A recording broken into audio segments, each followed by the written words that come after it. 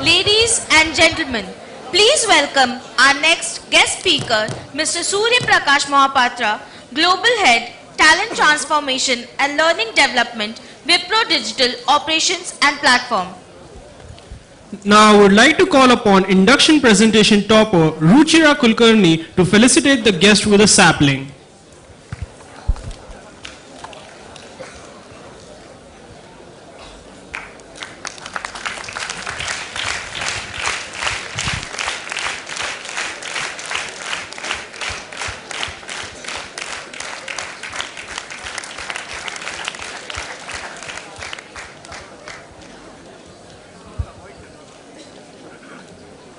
May I now request Student Manager Samarth Pandya of BITM to introduce Mr. Surya Prakash Mohapatra.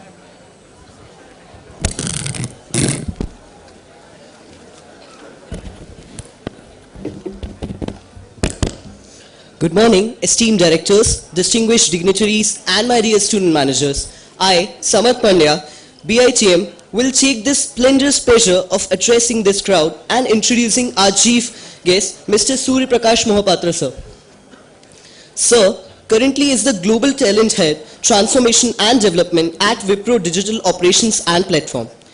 Sir has more than 20 plus years of involvement in different positions of authority in top driving IT and ITES organizations. Preceding Wipro, he worked in Hewlett Packard, Microland, First King, Computer Garage, and a couple of different organizations. Sir has a broad involvement in setting fully operational learning and advancement capacities for association in India and in global areas. Sir has set up the worldwide preparing functions for Wipro BPO, which spread over 10 areas crosswise in Brazil, Mexico, Romania, Poland, China, and India. He has driven authority advancement, capability building, talent management in different associations. He was an instrumental in setting up the Management Academy and Domain Gurukul in Wipro BPO. In his role at Hewlett Packard, he was occupied with advancing procedures for professional improvement, talent management, and learning the executive for associations in India.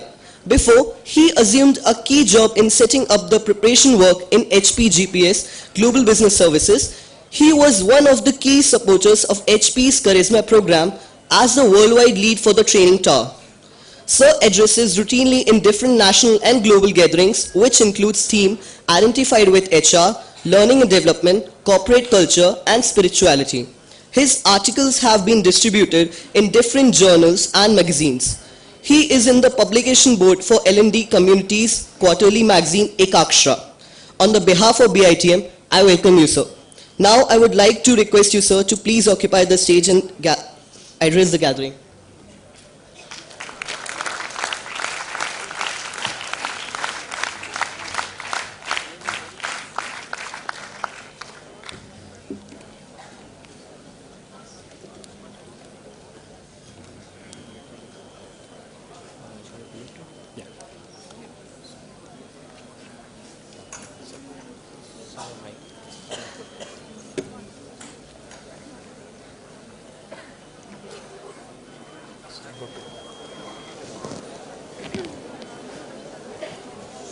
Can you put it in sync? Hello. It's okay.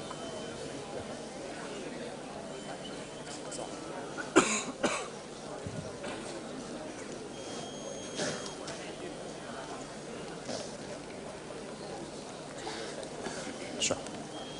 Let me put.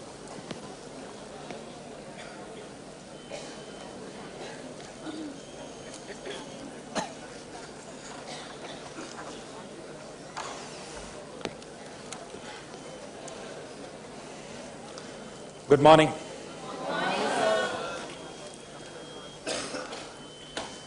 It's a great privilege to stand before all of you, the future architects, the makers and the shapers and the builders of modern India. We all take pride in the fact that you are the future of this nation. Fantastic.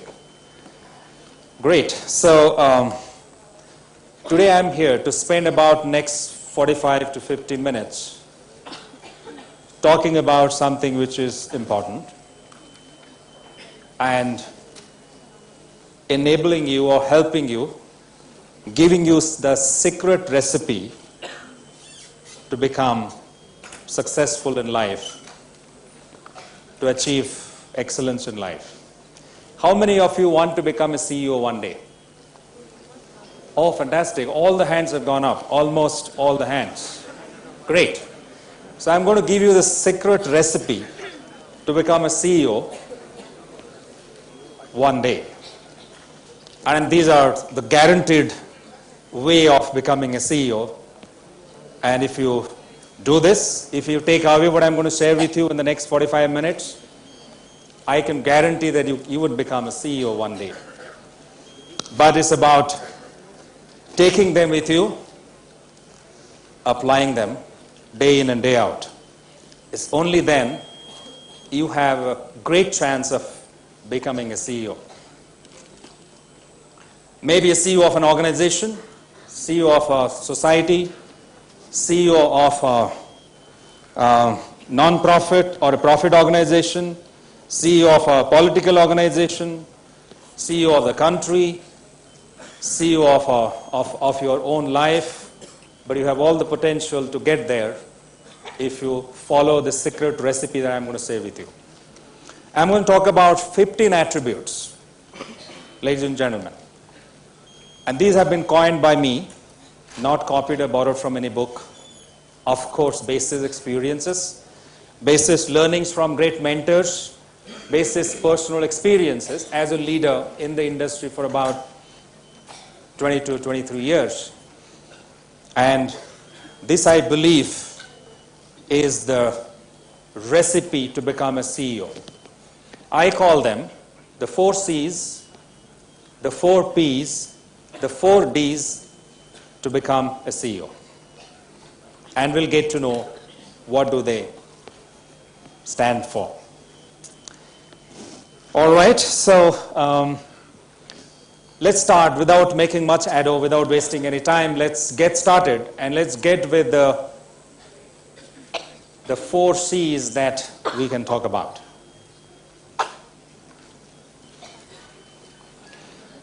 And 4 C's, it starts with the first one, which is the creator. And you might be wondering, how come a business leader who works for a large multinational corporation is talking about the creator? Well, when you ignite fire, the flames go up. Have you seen that? When you pour water, the water goes down. And why it happens? The flames have a desire to merge with its source.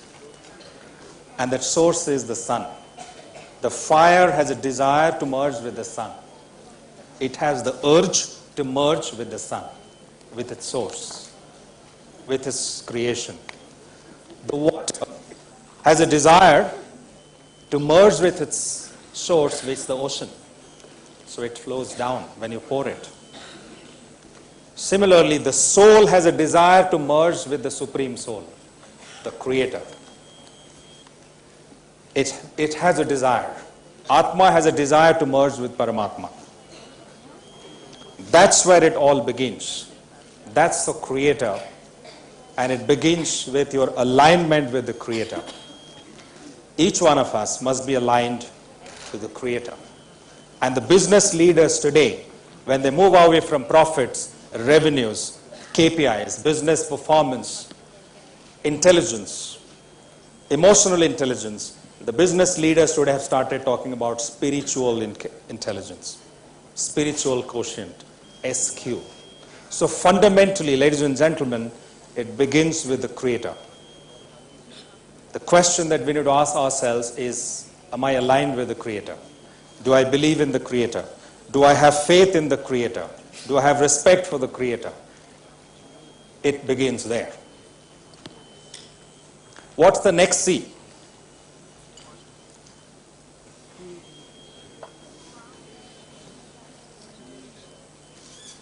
is the creation of the creator. That's where we move next. So if you are aligned with the creator, naturally you will be aligned with the creation as well. If you love and respect the creator, you're going to love his creation as well. So what is the creation? People, animals, nature, environment, all of that. Would you agree? And what we have to do as business leaders, as the leaders of future India, what we have to do with this? We have to take care of them. We have to take care of our customers. We have to take care, as leaders, we have to take care of our people, our team members. We'll have to take care of our suppliers. As organizations, we will have to take care of our corporate social responsibility. We'll have to take care of the environment. We'll have to fulfill our responsibilities towards the creation.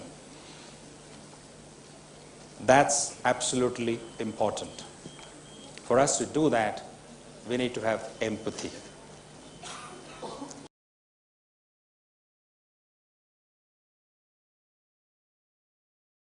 We need to have compassion. We need to have care. We need to become caring to our customers, to our colleagues, to our team members, to our suppliers, to our environment, to societies that we operate in, to the nation, to the country that we operate in. We have to become compassionate. Businesses would fail if a business does not have a social purpose. You might again say that a business leader is talking about compassion, empathy.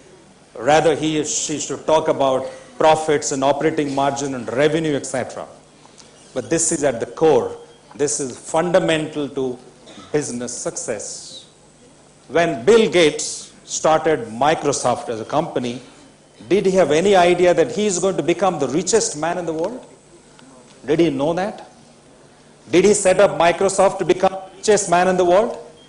Was that his objective when he started Microsoft? No. What was his objective?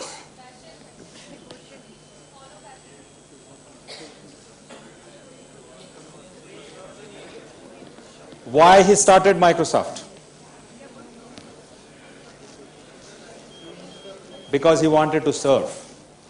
Because he wanted to create a software which the common man can use. Before the Windows suite of products came in, software was extremely complex. People did not know how to use it. Only the techies could use software applications. People like us could not use this. When we introduced the GUI-based Windows suite of products, the common man, even a small child, could use software application.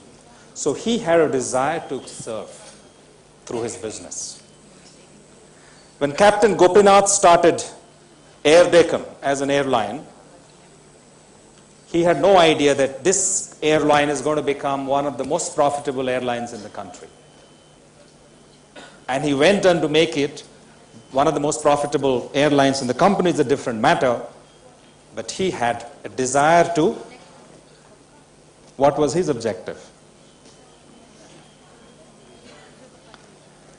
His objective was to serve, to make every Indian fly. He wanted every Indian to fly, and he could make that happen. When Ratan Tata decided to launch a car called Nano, what was his intention? He wanted every two-wheeler rider in the country should graduate to a car owner, the owner of a car, a four-wheeler. All of them thought about the creation. They thought about the society. They thought about their customers. They thought about the people around them. They wanted to make a difference. And at the core of business success is compassion to the creation of the Creator. Believe it or not, agree with me or not, but that's fundamental.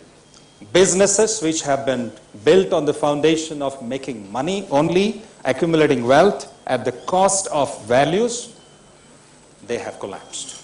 And we have seen umpteen number of examples in history. What's the next C?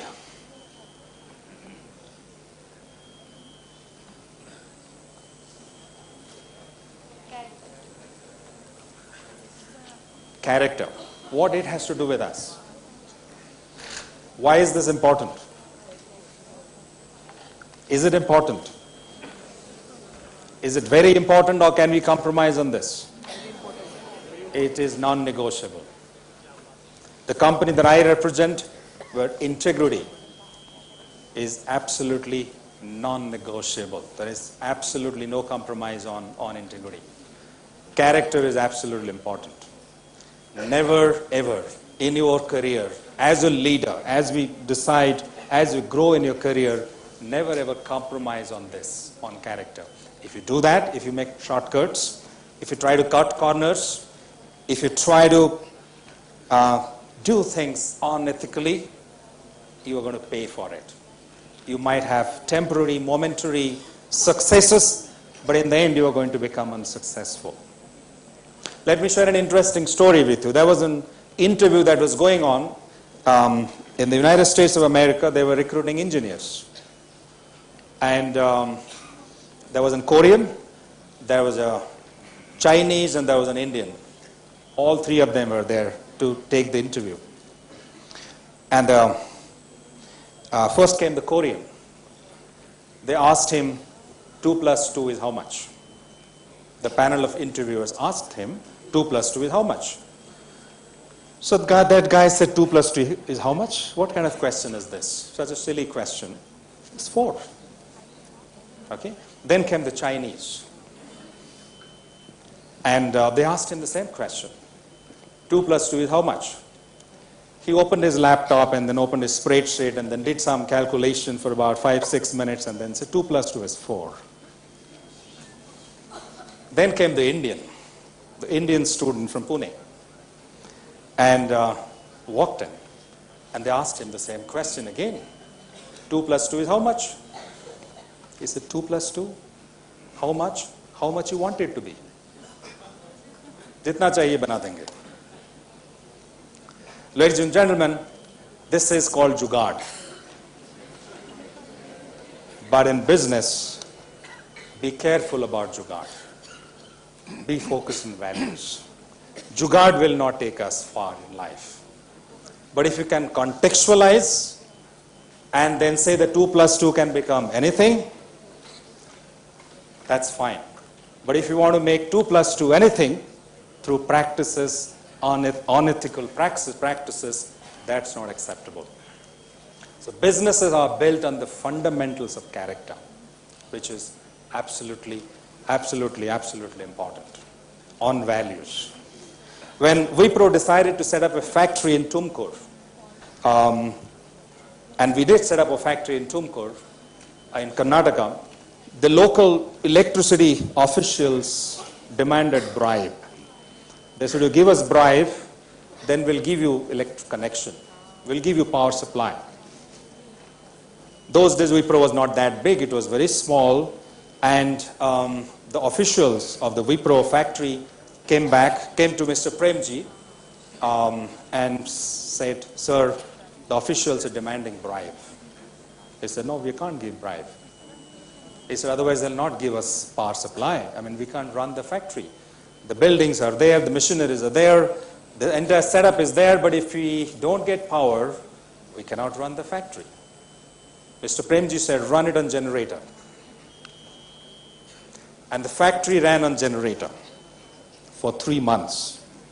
The officials did not give power supply.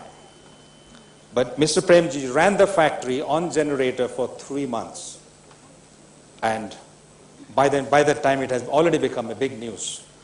The newspapers were talking about it, media was talking about it, that Wipro is running its factory without electricity supply from the local electricity board, and it had become a big news. The local officials had no choice but to come to them and then say, sir, please take the connection. We're going to give you the power connection. That's the value of staying focused on your values and ethics. And if you giving up on ethics is easy. It doesn't take time. Staying with your ethics and values is difficult, but it pays in the long run. And the organization that I come from stands testimony to that. And there have been numerous examples. We as an organization have always refused to give bribe. And in the process, we have gained the reputation of being an organization which does not encourage this. Over a period of time, we have established that. Now, it's never a problem because people who demand bribe know that this is an organization which is not going to pay bribe. There's no point in wasting time. So, in business, character, the third C is extremely important. What comes next? Courage. It's the courage which is important. It's the guts that's important. And if you want to become a CEO one day, without this you can't. You need to have courage. Courage against adversities. Courage against challenges, against headwinds. Courage against obstacles. You need to become unstoppable. You need to have, if you have the conviction, then you need to pursue that with the courage. Before we talk about business examples, just remember Mahatma Gandhi, who was in South Africa, practicing law there, and once he had a first-class reservation ticket, he boarded the train in the first-class compartment. The cops came in and asked him to get down, and he refused to do that.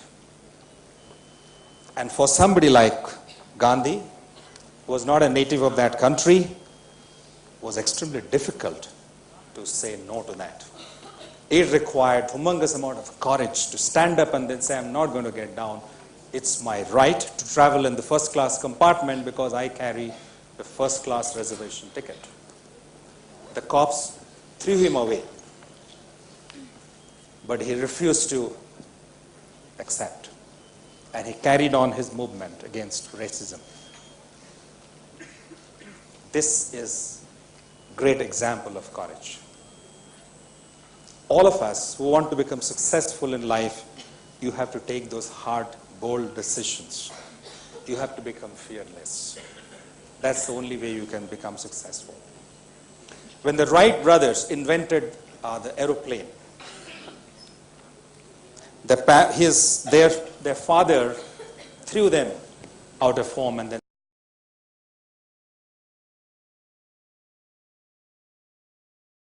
said, you guys are not studying, you are just working madly on some experiment for so long. But they did not give up. Those days, the priests in the country, the priest in the church used to say that human beings should not fly. It's a sin to make an attempt to fly. They said only birds can fly, not human beings. It is against the will of the God to make an attempt to fly. But they refused to budge. They refused to give up. They demonstrated tremendous courage to pursue their objective. And that's why they were successful. So when you pursue your conviction, your purpose, your objective, there are many who will tell you that you can't do this.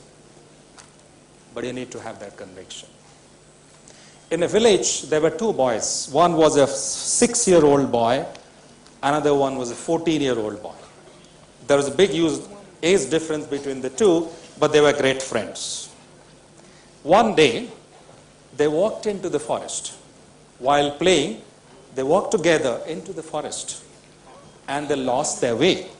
They did not know how to go back home. It was almost evening. Unfortunately,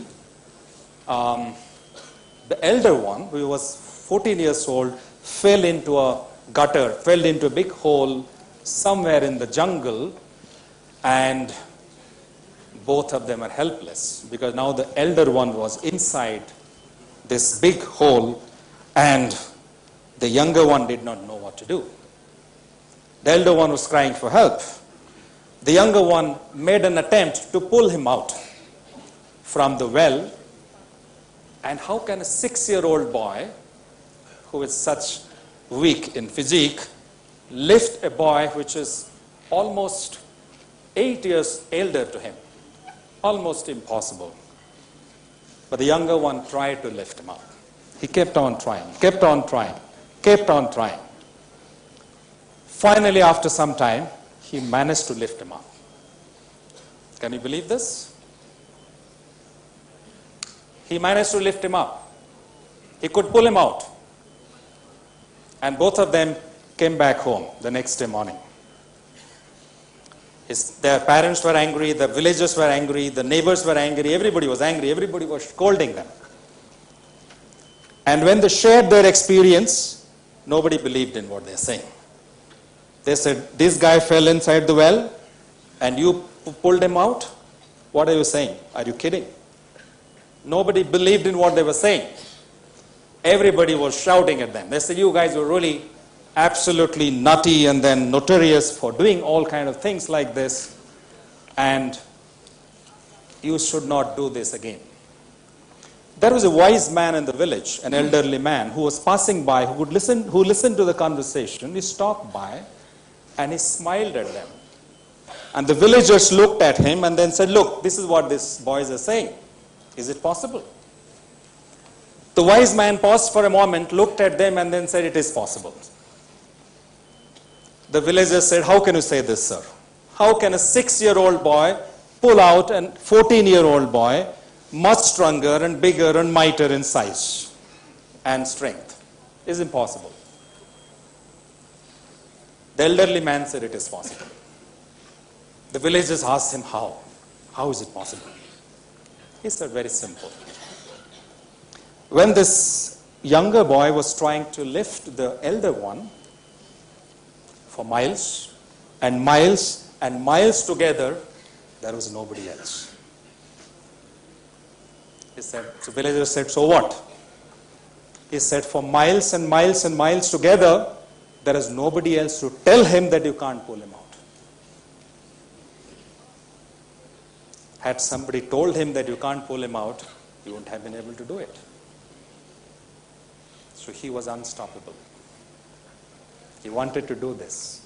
He put his best efforts and he made it happen. So my dear ladies and gentlemen, as you become the leaders of the future, as you grow, as you achieve excellence in life, there are many who try to stop you. Many will tell you that you can't do this. Many will try to create obstacles for you, problems for you, challenges for you. But you just have to become unstoppable. If you have the conviction and if you have the courage, you can become unstoppable. But if you want to become successful, you have to demonstrate this courage. And when I was having a conversation about the founder of this institution, who started this institution, who started his journey in life as a sepoy in the army, today is a founder of such a large educational institution contributing to the betterment of the nation. And we were having this conversation that there are many who tried to stop him. But he had the courage to stand out and then stay put and make a difference. So these are, ladies and gentlemen, are the 4 C's. The creator, creation, character, and courage. So are you going to practice this? Are you going to live these values yourself? The 4 C's are the foundation, they're the fundamentals of success. If you don't have them, no matter whatever you have, you're not going to achieve anything. Now let's look at what the 4 P's are. The first one is purpose. What is your purpose in life? Can anybody tell me? Can anyone from Balaji University stand up and tell me what is the purpose of his life or her life? I'm asking you a question.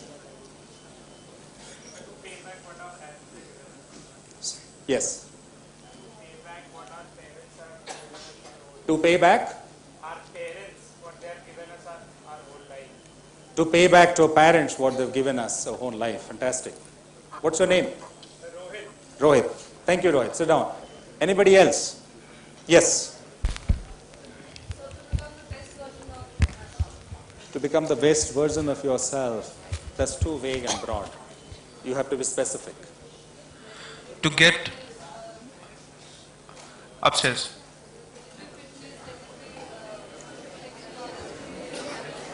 What is it? So you want to become the best in fitness? Okay. Anybody else? Yes. To get my success being referred by the prosperity of nation or mankind, because life is all about touching someone else's life. Good. Excellent. What's your name? Sahib. Sahil. Anybody else?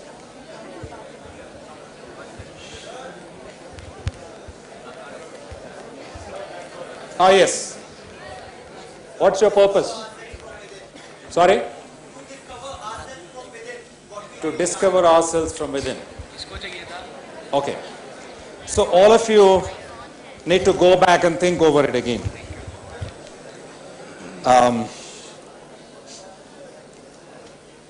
Your purpose needs to be a little bit more specific. It's a little broad and vague at this moment. You have to narrow it down and then make it more meaningful, ladies and gentlemen. That's important. And in a similar gathering in another university, when I was asking the same question, few of the students stood up and then said, somebody said, I want to become the vice president, human resources, because I'm doing my specialization in HR. Somebody said, I want to become a CEO. Somebody said, I want to become a general manager. Purpose is not about titles and positions. Purpose is not about motherhood statements that some of us are talking about. Purpose is about your value proposition. It's your value proposition. What uniqueness that you have in you, with that uniqueness, what difference you can make to the society. That's your purpose. That's your purpose. The founder of this institution had a purpose. Very clearly defined purpose. His purpose was not to create buildings. His purpose was not to become the founder of this institution. His purpose was to bring quality education to young students in this country who can become better corporate citizens. He had a very clearly defined purpose in his mind. And he believed that these are his strengths. His strengths are in building communities, in building capability in people. His strength was in building organizations. And he decided that using his unique strength that he has, he can make a difference. So all of you, my dear friends, need to find out what is that uniqueness that you have that can make you the best in this world. And with that uniqueness, unique value proposition, what difference that you can make to the society. That becomes a purpose. Like Bill Gates decided to make a software which the common man can use. Captain Gopinath decided to start an airline company which can provide low fare air carrier services to people. Ratan Tata had a purpose to make a car which the common Indian can drive. Edward Jones had a purpose to invent polio vaccine, which will eradicate polio from this world.